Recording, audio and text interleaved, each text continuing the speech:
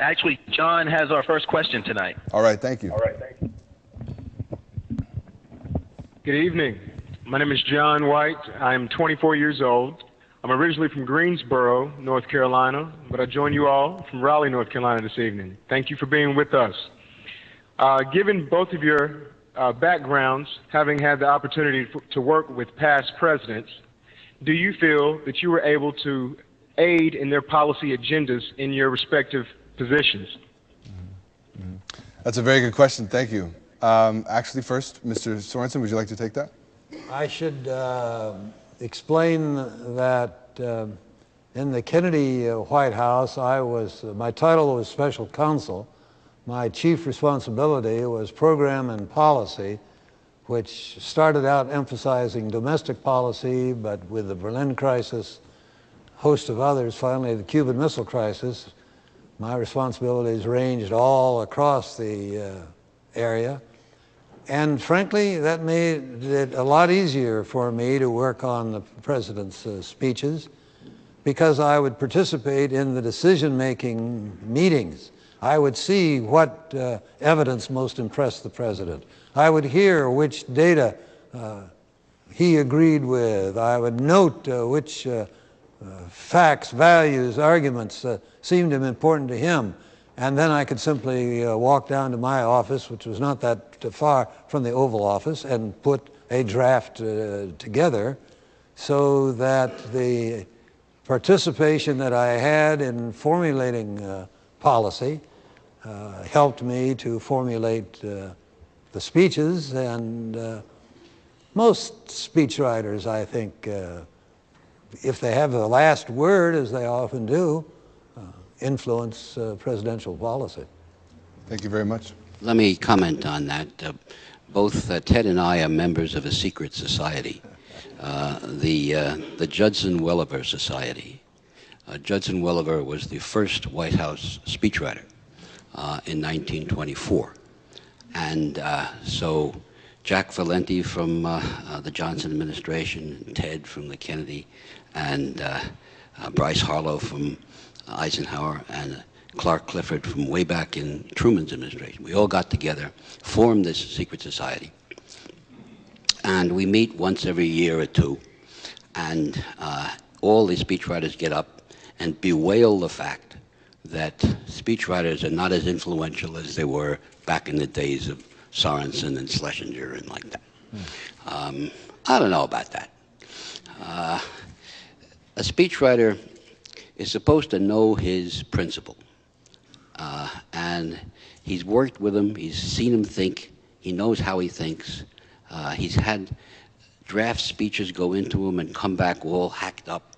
And so you understand what's going on in the mind of your principal. And so when he calls you in, we would always go into Nixon's office, or Clark Clifford said into Truman's office, and say, I'd like to talk about the speech that you're scheduled to give in Pittsburgh. And the president would always say, why am I going to Pittsburgh? They hate me there. They voted against me. And after that was over, he would then sketch the reasons for his speech, refer to general ideas that he's had along these lines. And then you are expected, as a kind of alter ego, to come back with a draft. And he then works over it, bounces it back and forth.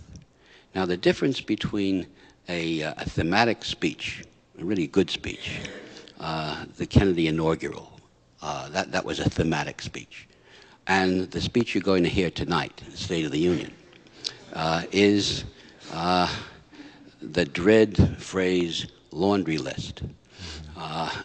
You have to, in the State of the Union, constitutionally, I guess, Article 2, you have to give a report to the Congress of the State of the Union, and it can't be on one subject. It's got to be the whole State of the Union. And so these addresses are required to cover the waterfront, domestic and foreign. And I don't know about Ted, but when you're working on one of these things, you swear that you're going to do a 30-minute speech, and that's it. And sure enough, word came out the other day that President Bush's speech was going to be 30 minutes, no matter what. Well, now they say about 50. And that's because you draft the speech and somebody from the Treasury Department or the Interior Department said, you forgot about foreign aid or global warming, or how can you give a speech? Everybody's going to criticize it because it doesn't touch this. And so you put a paragraph in about this and a paragraph in about that, and you can feel the speech getting bigger and bigger, and the president getting angrier and angrier with you. So listen for it. You may hear some alliteration. I was tipped off to some alliteration. On the part of the speech dealing with immigration policy, and I happen to believe that Bush is absolutely right about his compromise on immigration. He talks about without animosity and without amnesty, which appeals both to the liberals and the conservatives. And so I'm listening for that, and if it doesn't appear, you know that somebody with a heavy bureaucratic hand struck it out. All right.